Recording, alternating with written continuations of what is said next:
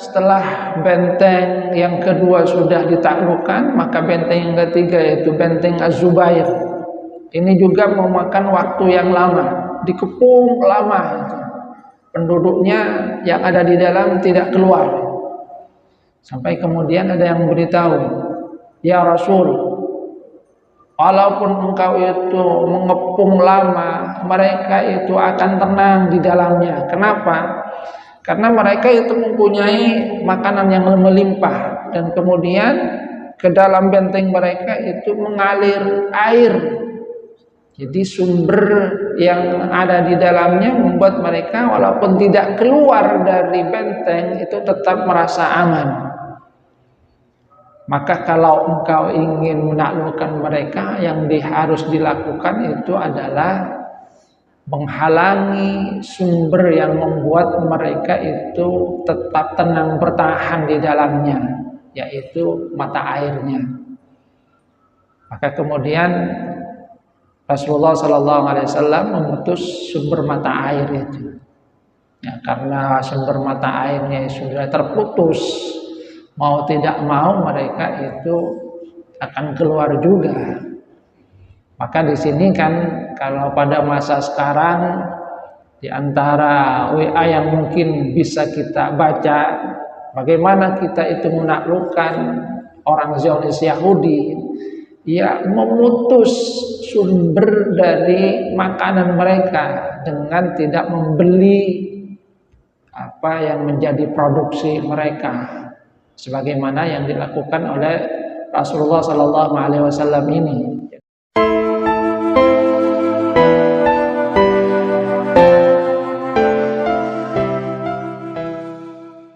Assalamualaikum warahmatullahi wabarakatuh.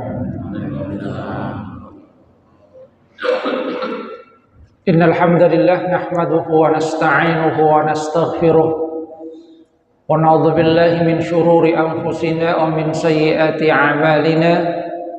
May yahdihillahu fala mudilla lahu wa may yudlil fala hadiya lahu.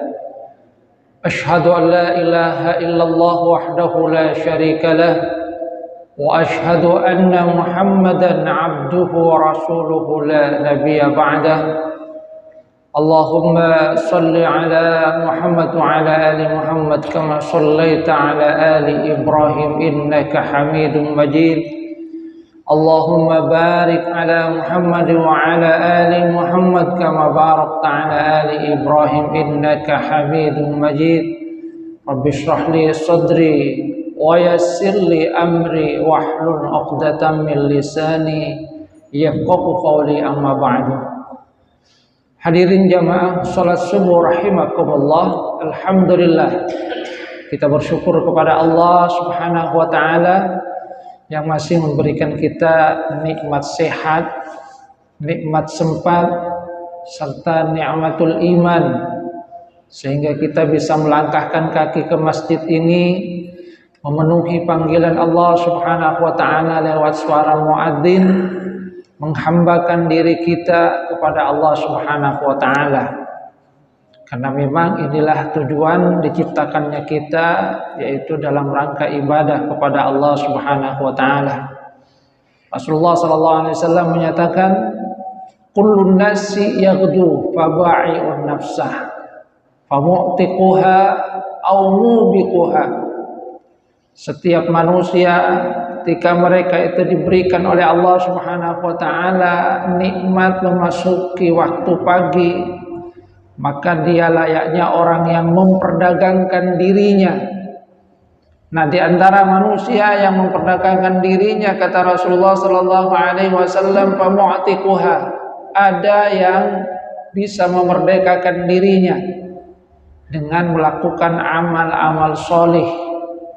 Tapi ada juga yang menjerumuskan dirinya ke jurang kecelakaan karena dia mempergunakan nikmat waktu, nikmat umur ini dalam rangka hal yang tidak diridhoi oleh Allah Subhanahu wa taala. Alhamdulillah, kita bersyukur kepada Allah Subhanahu wa taala karena kita mudah-mudahan termasuk ke dalam bagian yang mu'tiquha, bisa membebaskan diri kita menjadikan pagi kita ini barakah sebagaimana doa Rasulullah sallallahu alaihi wasallam, Allahumma barik li ummati fi bukurihim, ya Allah berikan keberkahan kepada umatku pada pagi mereka.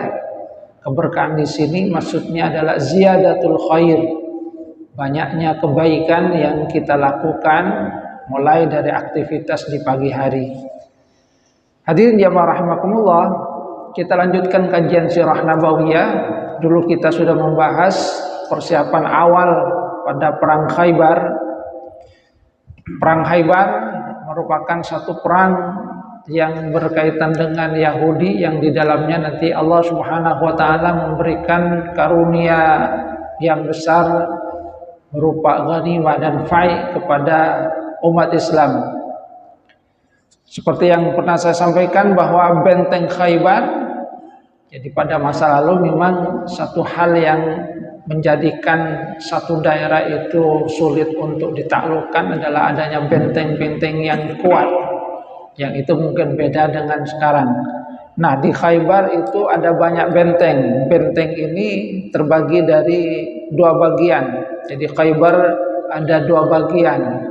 Bagian pertama itu memiliki 5 benteng.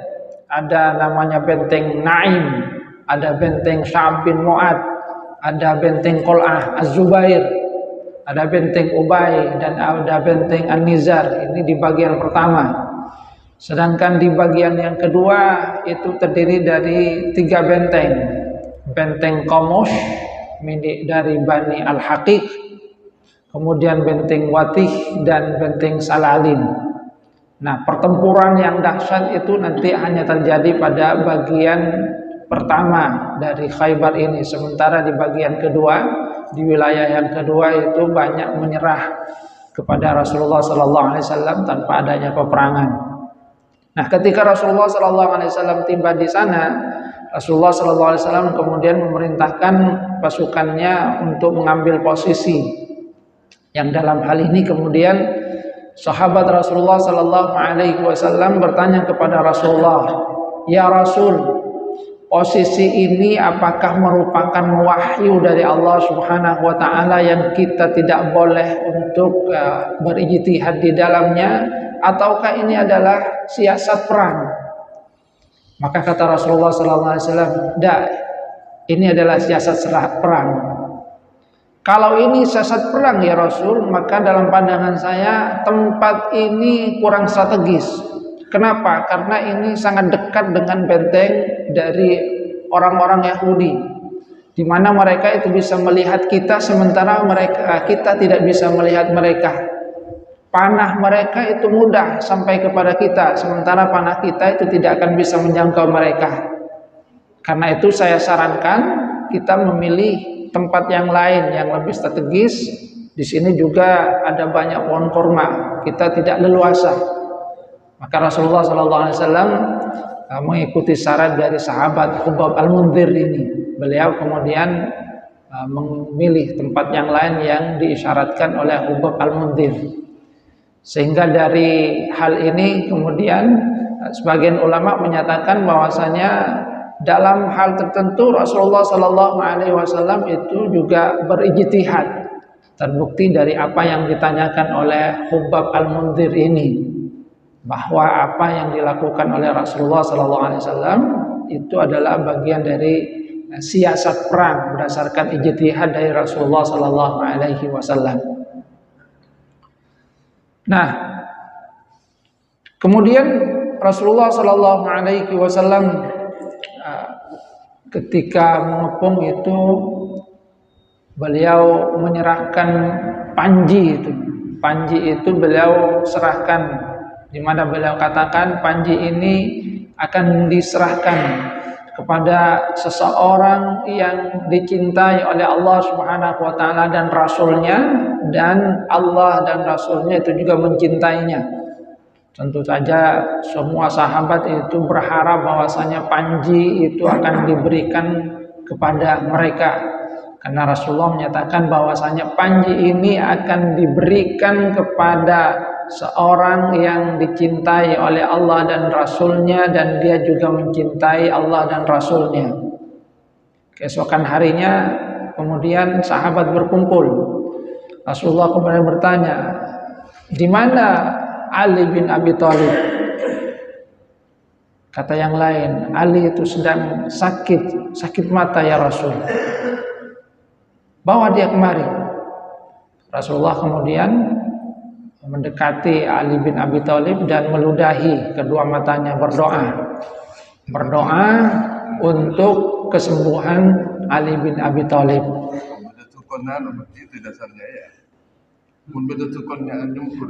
Itu adalah bagian dari mukjizat dari Rasulullah sallallahu alaihi wasallam. Doa. Ya, mungkin saja ada di antara orang yang diberikan juga oleh Allah Subhanahu wa taala kelebihan sebagaimana yang diberikan kepada Rasulullah sallallahu alaihi wasallam. Akan tapi tentu ini bagian dari mukjizat yang diberikan oleh Allah Subhanahu wa taala kepada Rasulullah sallallahu alaihi wasallam. Ya, mungkin ada yang mau ikut juga tidak apa-apa. Ada yang sakit mata, sini saya ludahi. Kayak mun tambah peceng, salah lagi. Nah, setelah sembuh kemudian oleh Rasulullah sallallahu alaihi wasallam, panji itu diserahkan kepada Ali bin Abi Thalib. Sehingga di sini kemudian sahabat mengetahui bahwa Ali adalah seorang yang dicintai oleh Allah dan Rasulnya, dan dia juga adalah orang yang mencintai Allah dan Rasulnya. Dan ada kabar gembira yang sudah juga diberikan oleh Allah untuk kemenangan bagi Rasulullah sallallahu alaihi wasallam. Nah, pertama adalah menghadapi Benteng Naim.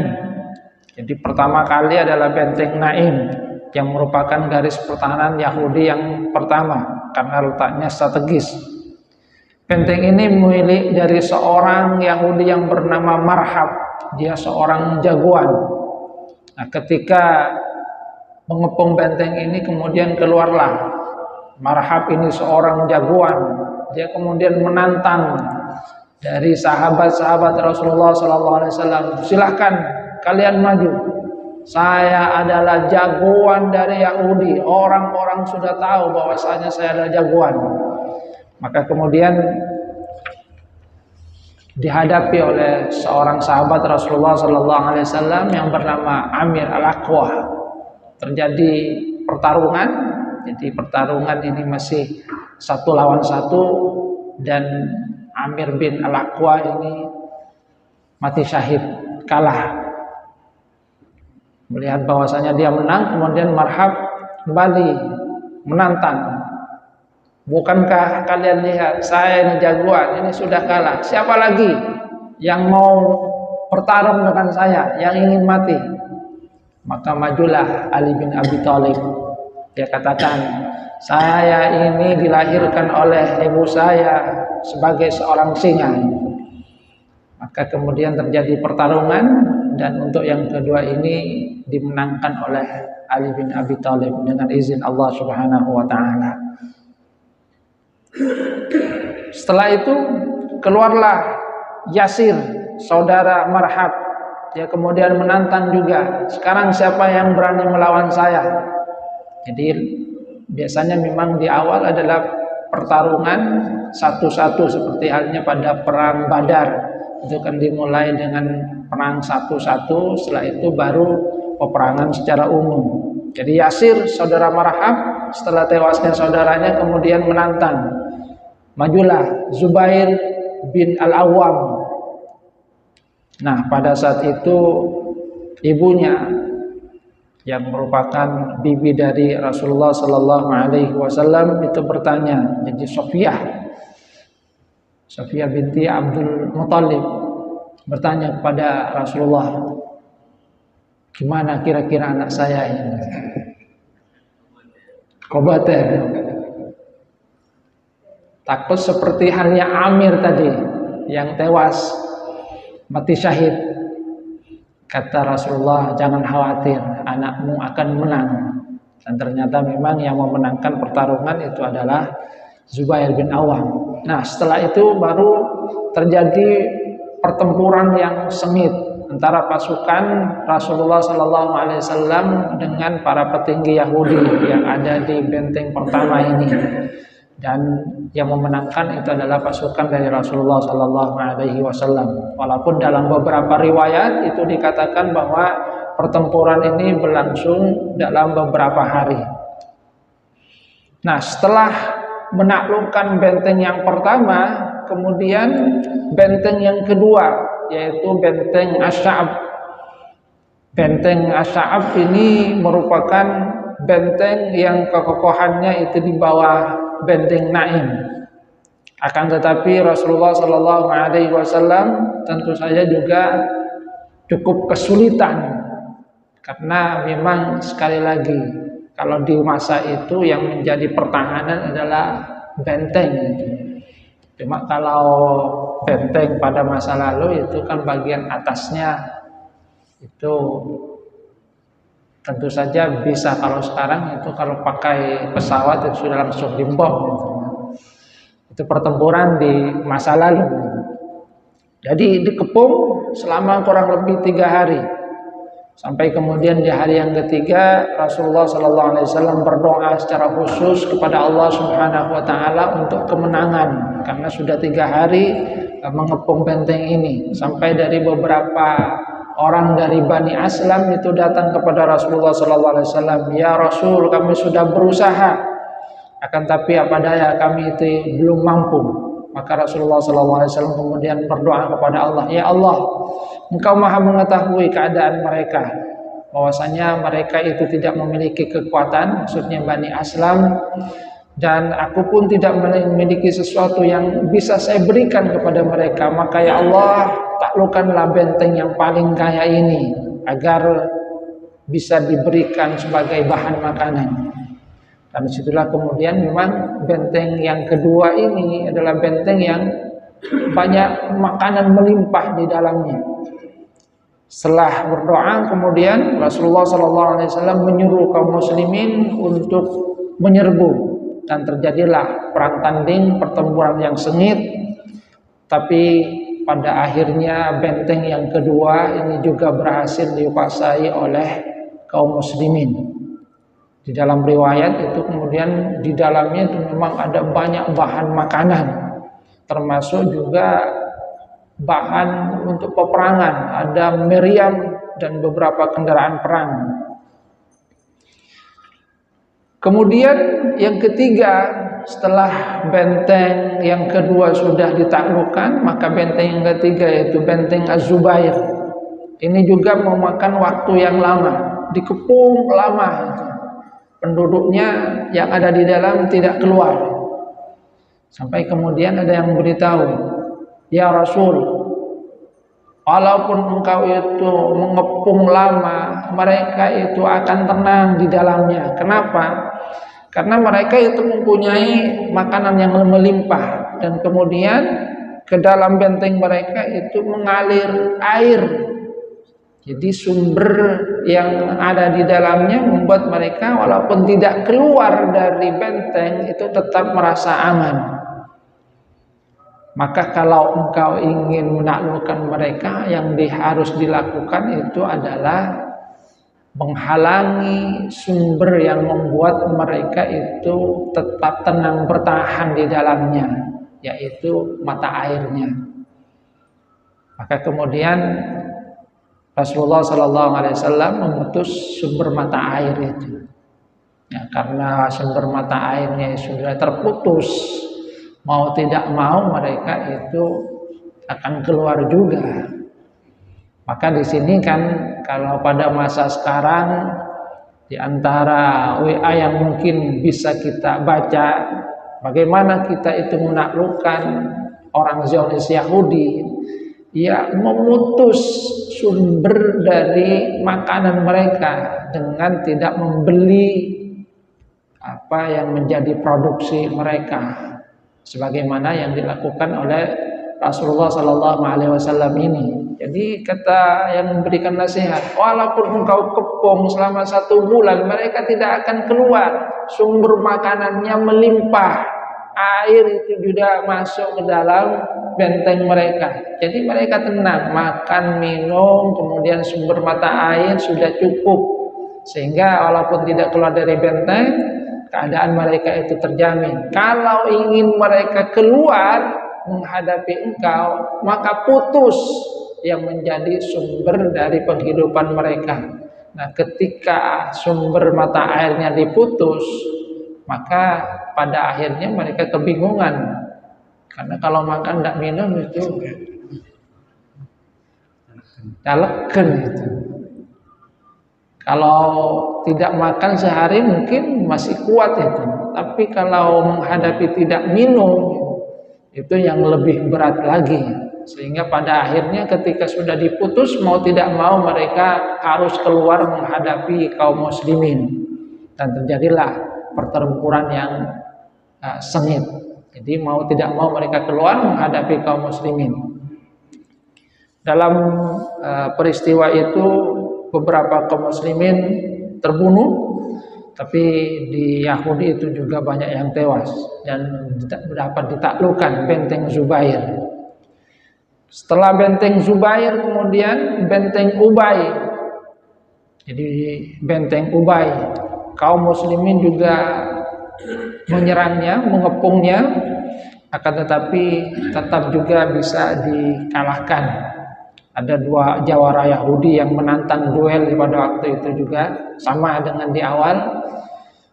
Yang pertama itu dihadapi oleh seorang pahlawan dari kaum muslimin, yaitu Abu Dujana, seorang yang terkenal yang pada perang Badar itu merupakan seorang yang mendapatkan karunia pedang dari Rasulullah sallallahu alaihi wasallam.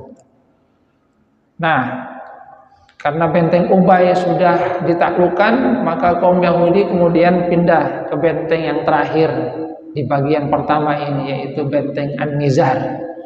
Benteng ini merupakan benteng yang paling kokoh dari bagian pertama. Orang-orang Yahudi yakin bahwasanya kaum muslimin walaupun mereka itu mengerahkan segala cara tidak akan sanggup untuk menyerbu benteng ini, karena merupakan benteng yang paling kokoh.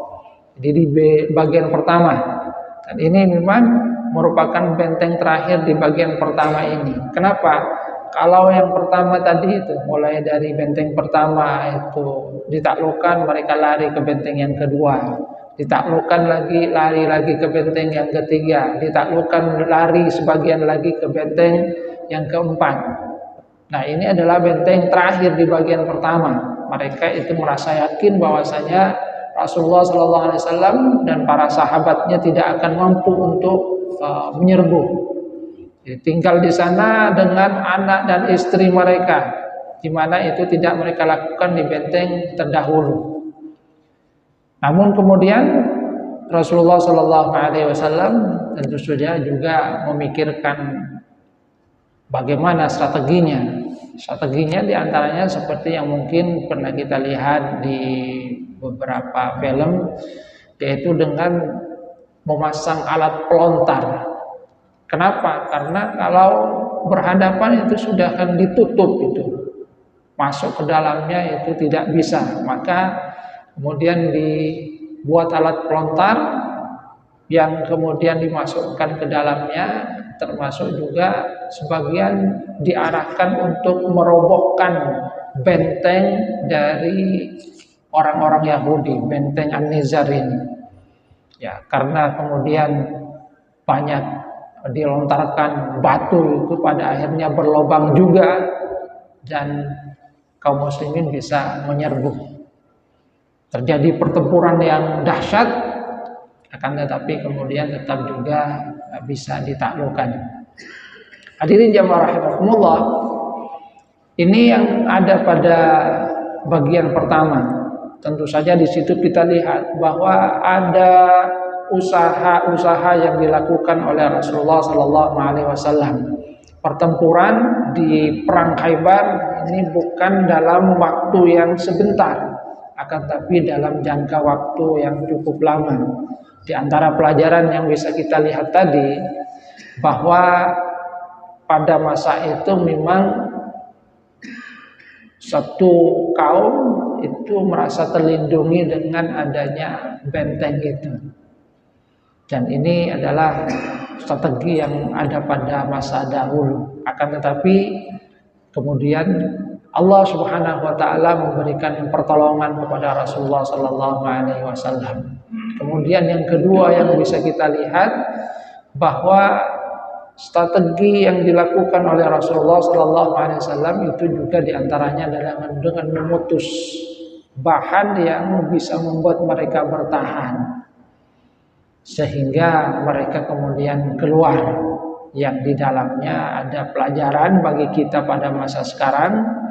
Kalau kita ingin menghadapi orang-orang Yahudi, ya putus juga bahan yang bisa membuat mereka itu bertahan. Jadi antaranya adalah dengan tidak membeli produk mereka. Sebab walaupun kemudian berkoar-koar produknya tetap kita beli, ya sama saja mereka itu tetap mendapatkan sumbangan secara tidak langsung dari kita. Sumbangan itu kemudian digunakan untuk memerangi saudara kita. Nah, kalau kemudian diputus, dan ini memang merupakan satu strategi yang ada pada masa sekarang. Kenapa? Sebab kalau mau persenjataan, ya kalah itu kan, tidak punya kita. Hanya beberapa negara yang mempunyai persenjataan.